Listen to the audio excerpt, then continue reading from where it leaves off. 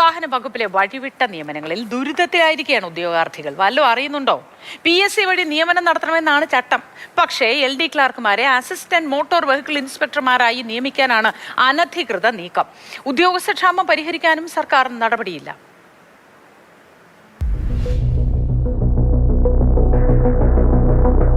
സ്വർണ്ണ നക്ഷത്രം തോളിലേറ്റി motor vehicle ഇൻസ്പെക്ടറാകാൻ സ്വപ്നം കണ്ടവരാണ് ഈ പട്ടികയിലെ പേരുകാർ.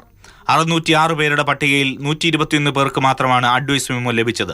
വകുപ്പിൽ ഉദ്യോഗസ്ഥ ക്ഷാമം ഉണ്ടായിട്ടും നിയമനം ഇഴയുകയാണ്. ബൈ ട്രാൻസ്ഫർ തസ്തികയിലൂടെ LD ക്ലാർക്കുമാരെ മോട്ടോർ വാഹന വകുപ്പിന്റെ യൂണിഫോം സേനയിലേക്ക് തിരികെ കയറ്റാനുള്ള ശ്രമമാണ് നടക്കുന്നത്.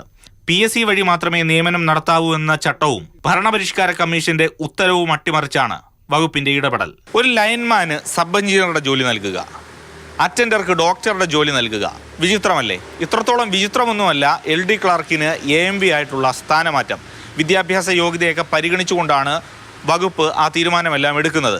സാധാരണഗതിയിൽ AMV ആകണമെങ്കിൽ എഞ്ചിനീയറിങ്ങോ ഓട്ടോമൊബൈൽ ഡിപ്ലോമയോ പാസ്സാകണം. എന്നാൽ ആ വിദ്യാഭ്യാസ യോഗ്യത നേടിയെടുക്കുന്നതിന് വേണ്ടി ഒഴിവുകൾ കൃത്യസമയത്ത് റിപ്പോർട്ട് ചെയ്യാതെയും PSCക്ക് വിടാതെയും അനധികൃതമായ നീക്കങ്ങൾ നടക്കുന്നു. കഴിഞ്ഞ സർക്കാരിന്റെ കാലത്ത് മന്ത്രി KB ഗണേഷ് കുമാർ അധിക തസ്തിക സൃഷ്ടിക്കാൻ നിർദ്ദേശം നൽകിയിരുന്നു. എന്നാൽ അതുണ്ടായില്ല.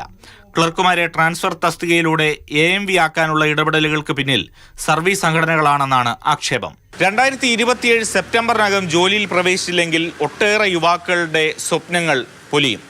വകുപ്പ് തലത്തിൽ നടക്കുന്ന വമ്പൻ അട്ടിമറിയിൽ പുതിയ മന്ത്രി എന്ത് നിലപാടെടുക്കുന്നു എന്നത് കണ്ടറിയേണ്ടതാണ്. AK Stephin, Mathrubhumi news, Thiruvananthapuram.